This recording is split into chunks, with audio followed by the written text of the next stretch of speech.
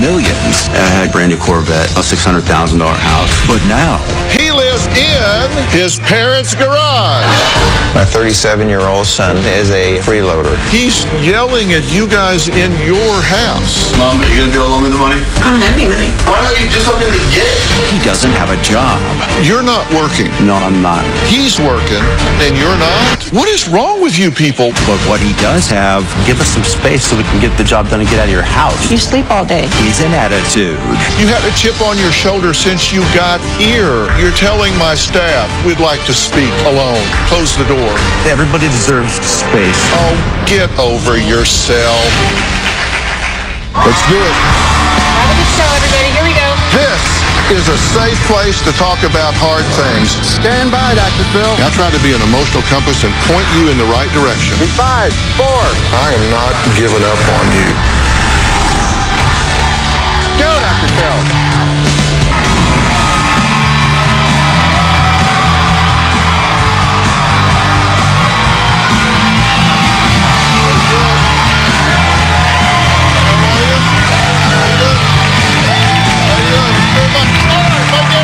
A 37-year-old man with expensive taste.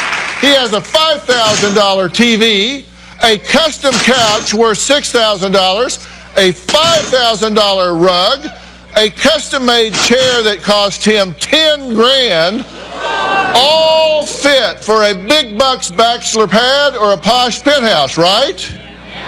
Wrong, because Ryan's version of a penthouse is very different. Why? Well, he lives with all of his fancy furniture in his parents' garage. That's right, they are just shoved into Mom and Pop's 32 by 22 cement room. Take a look. My 37-year-old son does live in my garage. This is my casa. Yeah, this is where I stay. This is the garage. Ryan is a freeloader. How do you get your own stuff without paying for it? Why would that be any of your business? I'm 37 years old. You just asked us for money for McDonald's.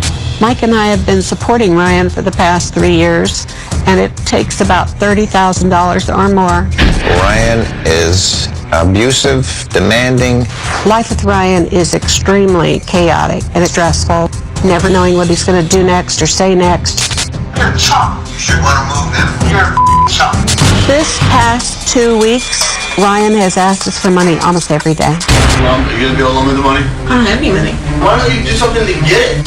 I've probably asked Ryan to move out 100 times. Guys, get out of our lives so we can have a life of our own. That's what it takes for you to have a life of your own? Us out of it? Yes, out of the garage, out of our pocketbook, out of my face. My greatest fear is that Ryan would suck the life out of us.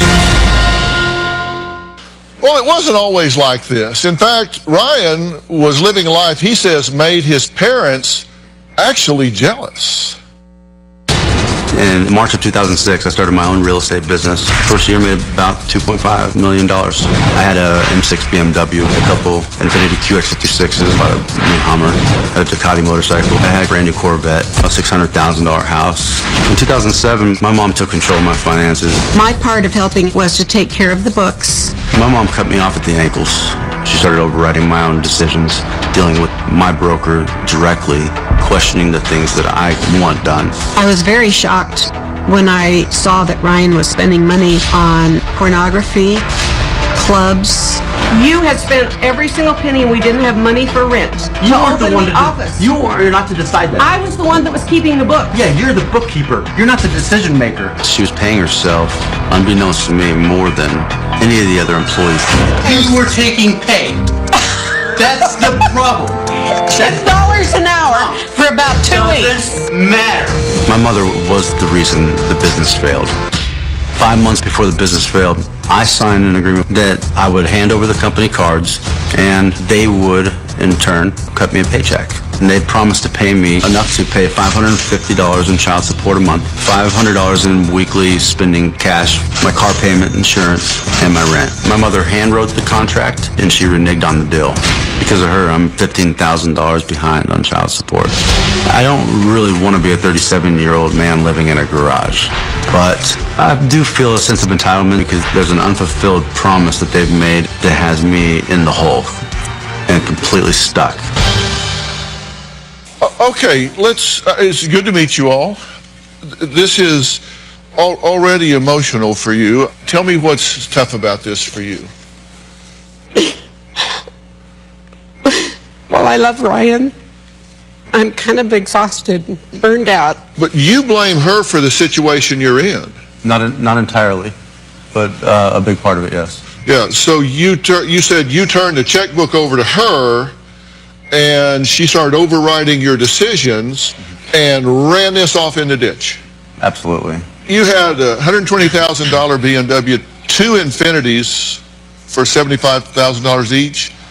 Yeah. Was that in case you couldn't find one? No. What do you need two Infinities for $75,000 each for? Not at the same time. I had two Infinities, different time. You had a Hummer and a Corvette and a $600,000 home, and it was your company, right? Yes, sir. So doesn't the buck stop with you? Absolutely. And So how is it her fault? Well, it's not all her fault, okay? But the part where I feel really hurt me was the utilizing of the financial data and taking it elsewhere where I have no way to look at it or benefit from the relations I have intact. Well, why not? Because that's exactly the point, because they think I'm going to spend it on the wrong thing. Well, she said you were spending it on call girls and porn that's not true. Expensive cars and houses, and So you were expensive. partying and all of that stuff, and that's where the money went. Is that the worst thing in the world to spend your money on? Hookers and porn? No, I don't know. You know what? What's the return on investment there? I guess it depends if you're a bachelor or not. It would be different. But you know what? That's not necessarily the case. And I'm 37. Is the current living arrangement working for you now? Not at all. Because I was watching some of these videos where he's yelling at you guys in your house. Is that true? That's true, and that's typical with many things I've tried to him with. How is that okay with you? Just come on. Dad to dad, how does that make sense? It doesn't make sense at all. It doesn't make sense at all. Well, but it must make sense because you're doing it. I'm doing it. I feel like I'm stuck in this situation. How? In terms of if it's not that, he's on the street. And that's your problem. How? He's 37 years old. Take a look at this. This isn't defending yourself. Mom, are you going to be able to loan me the money? I don't have any money. Why don't you do something to get it? You're a chump. You should want to move them. You're a chump. Yeah, I'm ready to burn your house down. I hope they burn your house down next time. Unplug your ears. I'm a 37-year-old adult that deserves that respect, and there's a reason why I'm in your garage. You don't deserve to have a family that's as supportive as they are, that loves you the way they do, the way you treat them like What? How is that okay with you? So it's not okay with me. Based That's on why I'm results, here. it is. How is that okay with you as a man to speak to your father that way? The frustration is built up on both sides. Then why don't you just not be there? What am I supposed to do? Not accept the help that they give me when they do and hit the street? Mike and Dickie say Ryan isn't the only person they want out of their house. We'll meet who else next.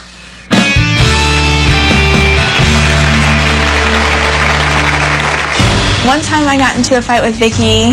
Ryan was cooking a pizza, and she comes in there, "Why are you using our oven?" I said, "Why don't you get out of our faces?" And then she takes my soup and goes, "You know what? Get out of here." And that's when we started fighting. Monday on an all-new Dr. Bill.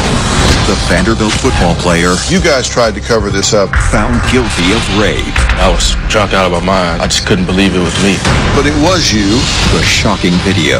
I look at what happened to that girl and your conduct on that tape. What the hell were you thinking? The exclusive prison interview. When you woke up the next morning, what did you remember?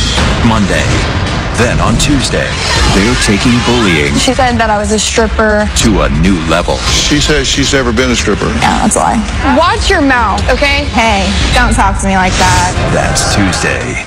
There's something hidden behind this fence. His busiest part. He is taking the door handle and reverse the door handle. That's my garage space I want to show them. Okay, which you're leasing to me, which you've given to me. I've leased you nothing. You paid me nothing. You want to come into my space when you want to come into my space, regardless of who that disrespects. You think that's reasonable? You're in my space paying no money. You're taking everything we have. You don't have privileges whatsoever. Well, I do. Even though this house is ours, we feel like we're the visitor. Mike and Vicky say they have lost control of their 37-year-old son and with it, their house. Now, he disagrees. But the parents made a contract threatening to evict him if he doesn't follow certain rules of the house.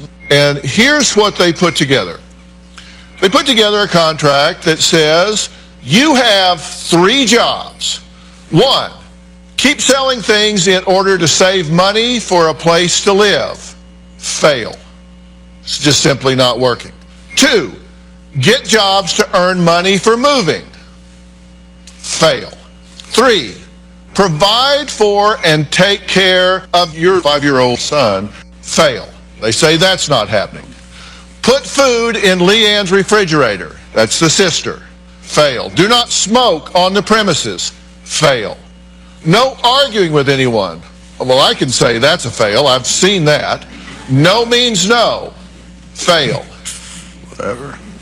Any infractions or non-compliance will result in immediate eviction. Fail. Not only are Mike and Vicky's son ignoring the rules, but so is his girlfriend. Yeah, you heard right. Ryan's 24-year-old girlfriend is also living in the parents' garage. Take a look. When Ryan moved into our garage, Ryan's girlfriend Rachel followed also. The age difference between me and Ryan is 13 years. I feel like I can't help but be mean to Rachel. She aggravates me.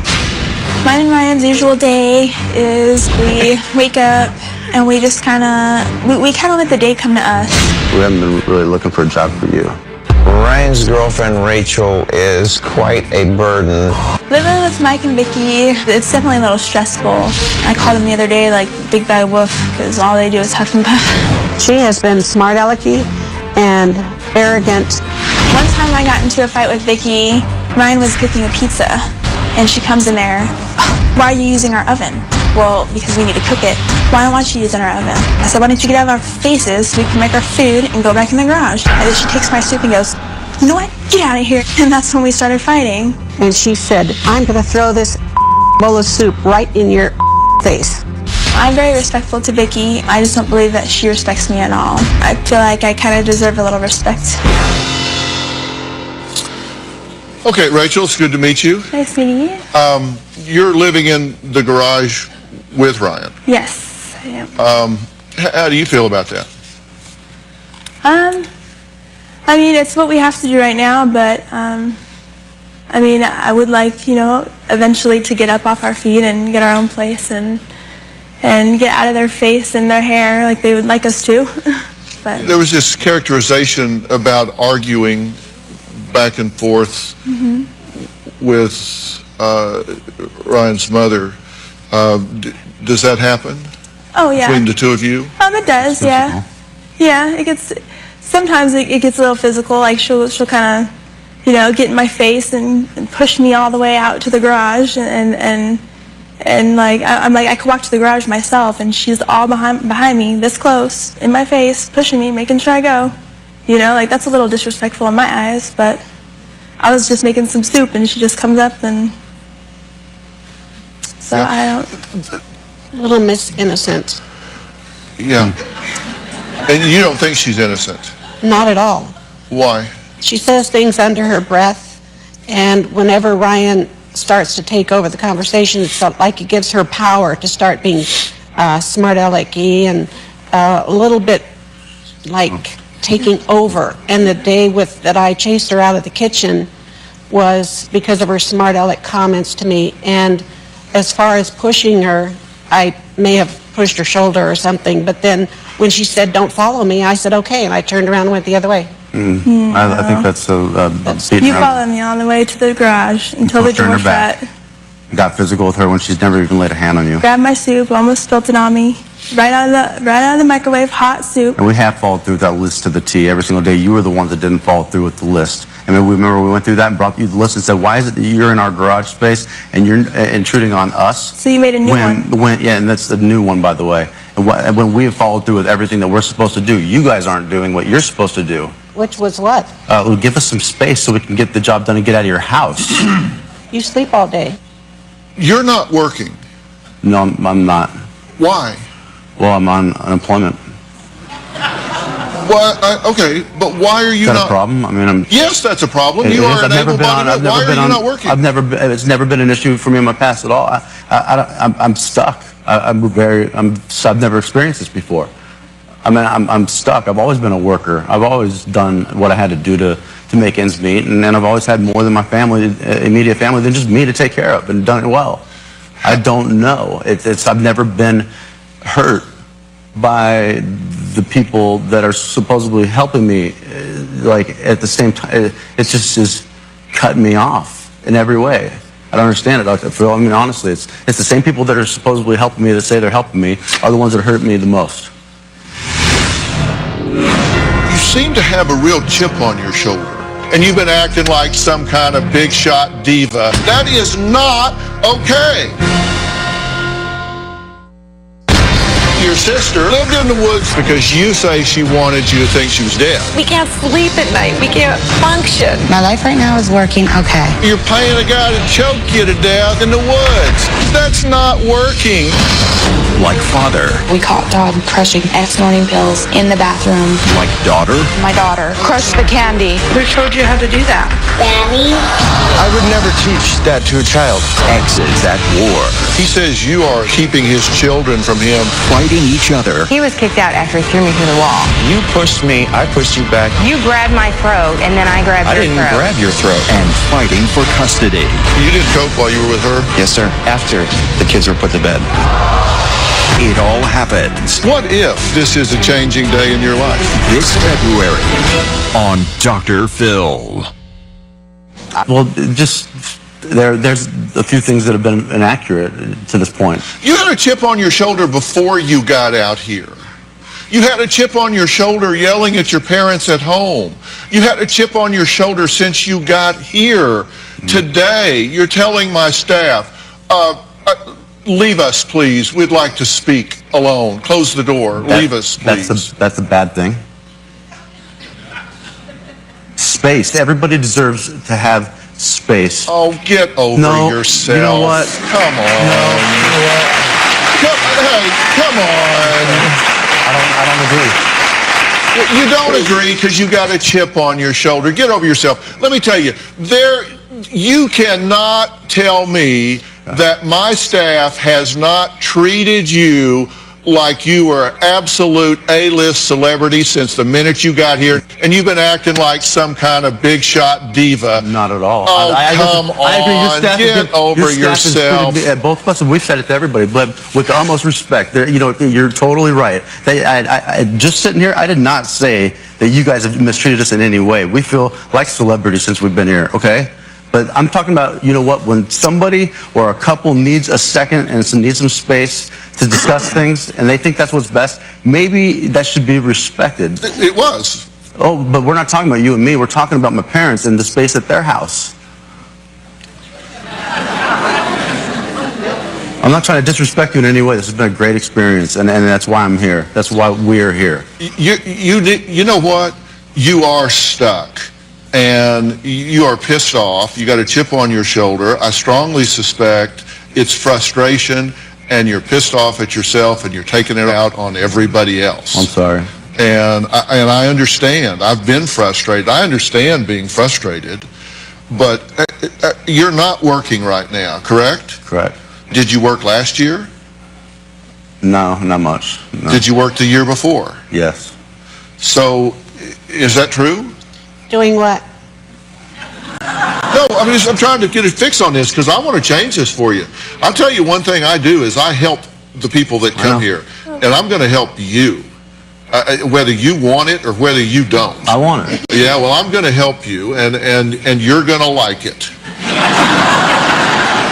You gotta understand that this is about you at some point. And are you working? I'm working still. How old are you?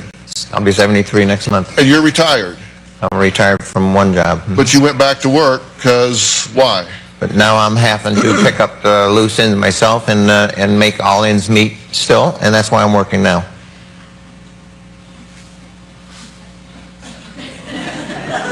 So he's twice your age, and he's working, but you're sleeping till 2 in the afternoon in the garage. He's getting up and leaving and working, and you're not? Yes. What is wrong with you people? What?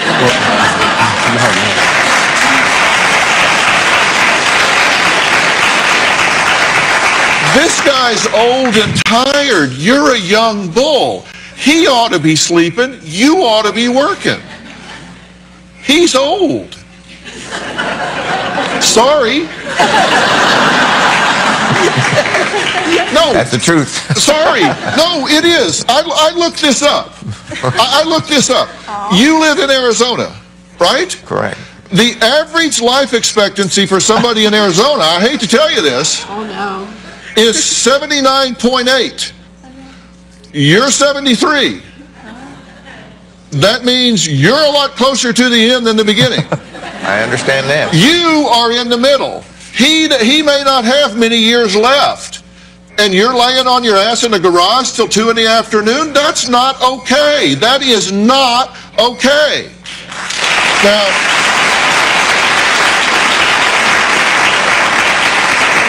maybe I should recuse myself here because I'm a little more on this end of the continuum than on that end of the continuum. But you want to enjoy these years, right? I do. Mom says they're not just fighting going on between Ryan and his parents. Plus, you won't believe how many mouths Mike and Vicky have to feed here. These guys are tired for a reason. I'm going to fill out this roster after the break.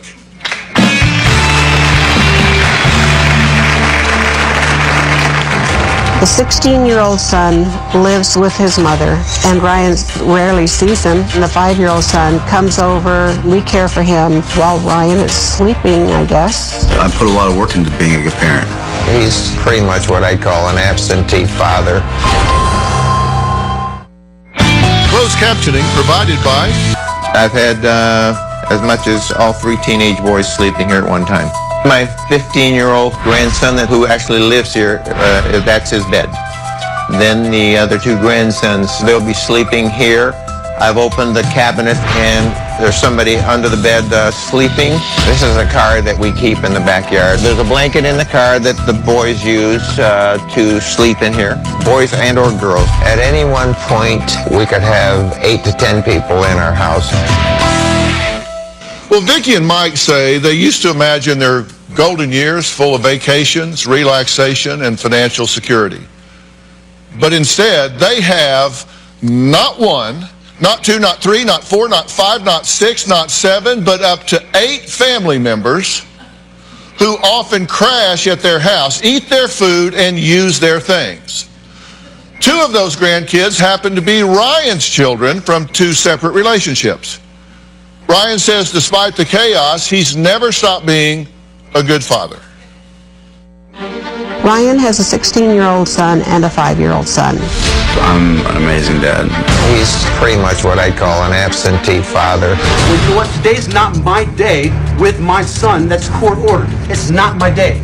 Oh, so it's not your time, so you're not watching. The 16-year-old son lives with his mother, and Ryan rarely sees him. And the 5-year-old son comes over. We care for him while Ryan is sleeping, I guess. When I'm with my 5-year-old, I'm with him every second. It's a rare occasion that I'll see Ryan come out and play with his 5-year-old. Rachel is helping with the 5-year-old son because Ryan won't do anything. On days that his 5-year-old is here, I have to take him to school usually, so I'm up at 6:30. I get him up, bed, breakfast, dressed, his lunch made. I put a lot of work into being a good parent. Do you think you're being a good father? Yeah, I think I'm being a good father, and I think I've been a great father. We got letters from both of their mothers. Okay. Here are a few excerpts of the letter from the 5-year-old's mother. Ryan used to have an extremely charismatic personality that made people want to be around him. Now, unfortunately, he is none of those things. He sleeps all day, ignores his kids, expects others to handle his responsibilities, and hides from the world. He is completely undependable and inconsistent to the point where he can't even pick up his 5-year-old son from school on time. I have received multiple calls in the last 2 months from the school because our son has been left there on Ryan's custody days. I want nothing more than Ryan to find himself again, to become the man father that he used to be, so that this little boy will never have to remember this pathetic version. Well, I found that to be a very credible letter in that she was so complimentary of you, but yet observed that in the current state you are right now, that you're not really yourself. That's fair. It's good. It's good. The 16-year-old's mother says, it is painful to see how they treat our son. Ryan is delusional in the fact that he believes he is a better father and better human than he truly is. In reality, Ryan is a bully. He runs over people in his quest for happiness. Mike and Vicky have no space and no privacy, but they have allowed it. They have enabled. He is mentally and emotionally abusive, and on more than one occasion, physically abusive. Now, speaking of abuse, here's what Mom has observed. We're always lovey-dovey. We're in love like crazy. Me and Rachel never fight. You're a lazy head. Really?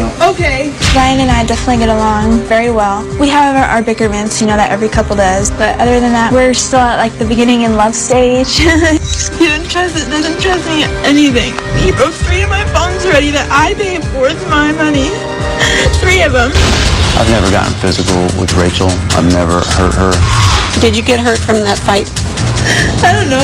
See, I'm bleeding. I have a big old thing on my head. Ryan is definitely my dream guy.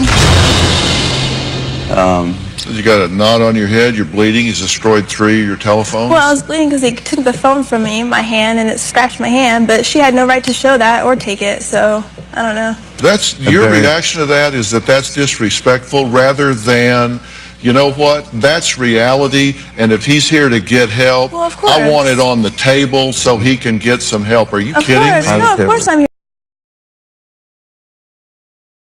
I'm here to support him the whole way through. It is the thing that I have left that, you know what, nobody's going to take from me. You know, what's that? A great relationship with somebody that I love.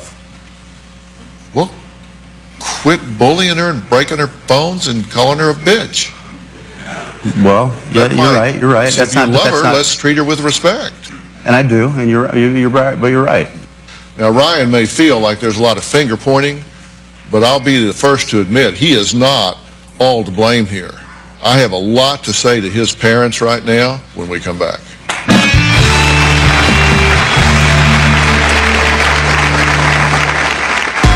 Mom, are you going to be able to loan me the money? I don't have any money.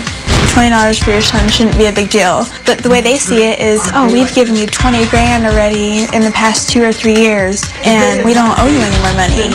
I don't think that's fair. I think that if you agree and you have a son and bring a child into this world, I believe that they're your responsibility until you pass away. Mike and Vicky are heartless. Monday on an all-new Dr. Phil, the convicted Vanderbilt football player. You're taking her clothes off and violating her. I was drunk out of my mind. The exclusive interview. What the hell were you thinking? That's Monday. Closed captioning provided by Job and move out of our house. But something is stopping him. I'm not sure if it's physical, like he doesn't feel good, if it's drug-related, some kind of psychological problem. When Ryan was in 7th grade, he was diagnosed with ADHD. Mike has enabled Ryan. He feels sorry for him. He loves him. He wants to help him. I've helped Ryan by giving him ideas. We've looked at his resume. We've tweaked it. I've driven him to these places that he's turning in the resumes, waiting for him to come out, giving him suggestions, trying to find out what the conversation is, seeing if he's overdoing it. Ryan feels he is better than just about any job that I have come up with. Ryan is on a totally opposite schedule of everybody. There's not many jobs to be had in the middle of the night. I just think it's a biological thing with him clockwise. I don't want to kick Ryan out on the street because in the back of my mind, I would feel terrible if he were really sick. Do you guys want to change this? Absolutely, 100%. Yes. I mean, either you do or you don't. You either want to give it lip service or you really want to change this. Do you want to change this? You have to give yourself permission to say, it is my turn. It is my house. It is my turn. And I'm going to go do what the hell I want to go do.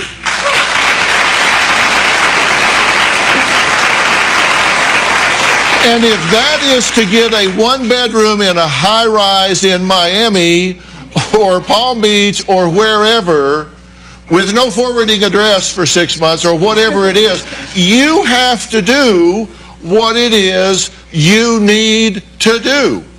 And listen, there are no victims, only volunteers. If you continue to subject yourself to this, then you're volunteering for it.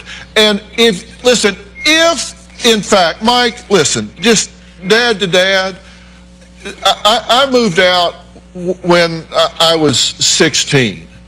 And that was easy for me because I was homeless when I was 15. And when I say homeless, I mean homeless, living on the street in Kansas City. And I got through it just fine. Wouldn't recommend it. Glad my boys didn't do it, but you know what? I got through it just fine. My boys understood checkout time was 18. You know, checkout time was 18. It's like a hotel. I'd have etched it in their door if I'd have thought I needed to, but they were off to college and that was fine. So you just have to give yourself permission and say, that's it. That's it. I give myself permission to claim this phase of my life. You worked hard, you've earned it, and you can do it.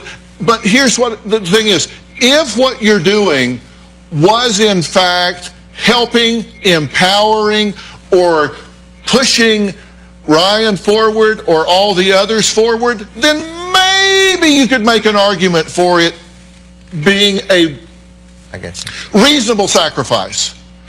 But it isn't. You're not doing this to help him. You're doing this to allay your own anxiety and guilt.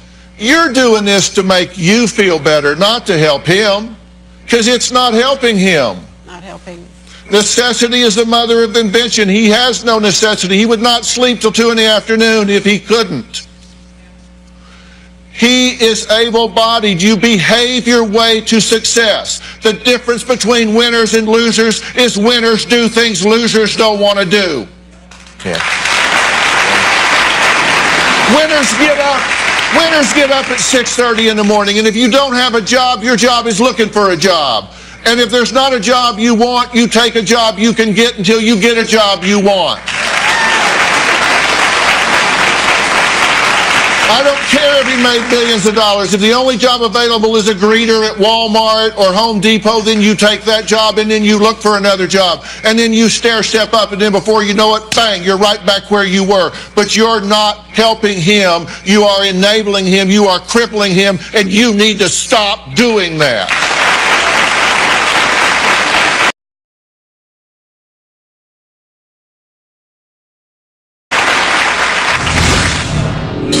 You got a 37-year-old son living in your garage and picking a lock you've had to put on your refrigerator. Something's gone way to hell off track. In the future, skincare technology. Tickets, go to drphil.com and click on Be in the Audience. Or you can call 323-461-PHIL. This is the freezer. This is for extra food and stuff. You push this in and lock it. Then we still notice the food disappearing. How are you getting in my freezer and taking my food? All my food's gone in the freezer. I'm hacking your lock. When he locked the freezer, it made me feel like I wanted to learn how to pick locks. And I'm still going to get my pizza and eat it. I had to take it, and I don't feel bad about it. Well, you got a 37-year-old son living in your garage and picking a lock you've had to put on your refrigerator. Something's gone way to hell off track. It's gone off track for everybody involved. My guests today say their son, who was once making millions, is now in debt, living in their garage with his girlfriend. Do you think he's mentally ill? I think he's bipolar. Where did you go to medical school? We've been through... Because I missed that. I missed that. Did you... Let's assume he is. Are you treating him? The wrong way, apparently. No, are you medicating him for this? No, he's been to 2 psychiatrists that have... But neither one of them were you.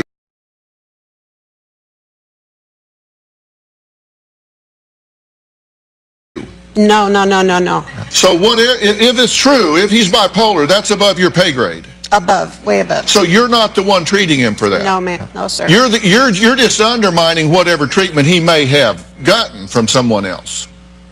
I don't know about that. I do. Okay. I believe you. You're not a doctor, right? I'm not a doctor. I am. I know.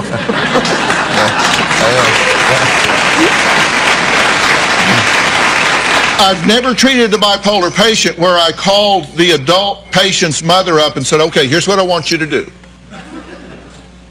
Have no accountability.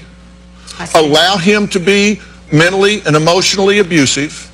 Let him sleep until the middle of the afternoon. And don't let him get a job. Right. That's what I need you to do to help me get him back as a meaningful, contributing member of society. I don't believe I've ever called a family support system and given them that assignment. Okay. Now, I've only been doing this for 40 years, but I don't recall in that 40 years ever giving that assignment to a family support system. I understand. I don't think you do. I understand now. That's what you're doing. Yes, that is. Okay, so tell me what part of this you feel guilty about. I don't know that he's bipolar. I don't know. I haven't evaluated him. I'm sorry? Just sick. If he's sick, it takes on a new emphasis for me. Because I have a sick daughter. I understand. Was he sick when he was making money?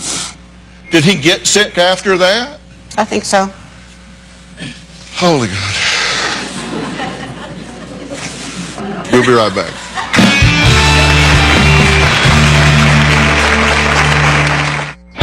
Closed captioning provided by... Helping your kids get fewer cavities can... We pursued the story hoping to find her. What I caught was a killer.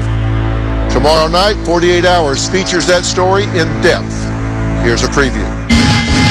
Michelle was living with Mark the night she disappeared. They had a son together. Everyone was searching.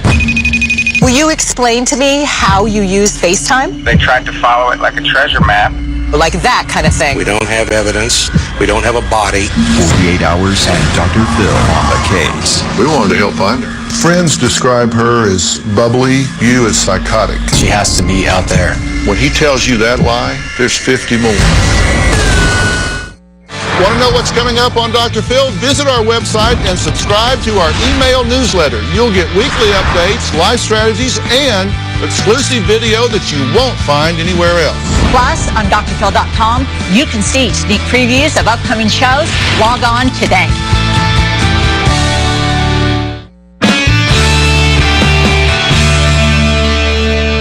At the break, she's telling me I'm mean. We're in a break and she's saying, you're mean. I'm not mean. What do you mean? Why am I mean?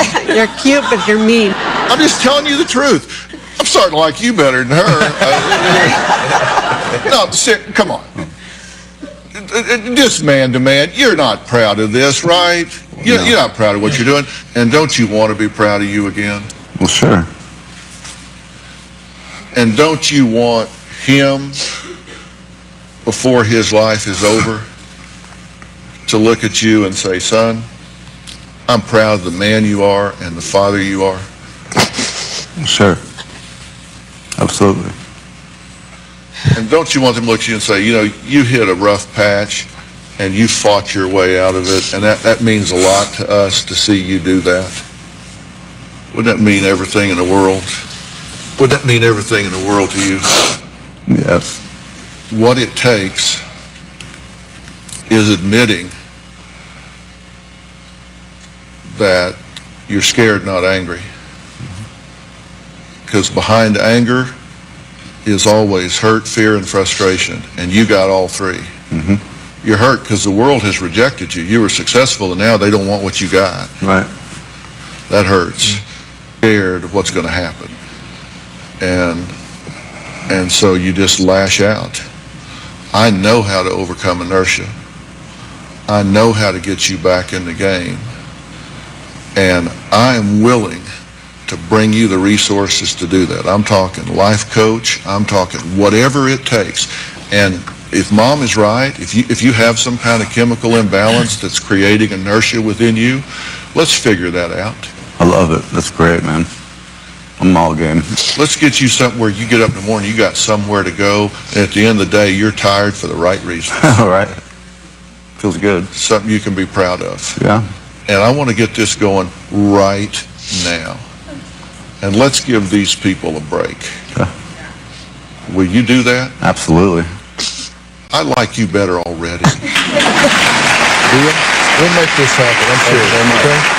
All right. Fair enough, Mike? Fair enough. Plan? Love it. Plan? Now you're nicer. Okay, now I'm nicer. Now I'm nicer. I want to thank all of my guests today. The 2020 Diet, Turn Your Weight Loss Vision into Reality, is the new book that I have out. I want to thank everybody in America because this has now become the #1 book in America. It's the #1 book on the New York Times bestseller list, and the 2020 Diet app that we have to go with it on the App Store and Google Play is the amazingly hot app that helps you walk through this in a really easy way. And the letters and pictures I've been getting from you guys are hilarious. It's amazing to see the results that you're getting. So thank you for making this the #1 book in America. And everybody in the audience is going home with a copy. All right? We'll see you next time. Thanks so much.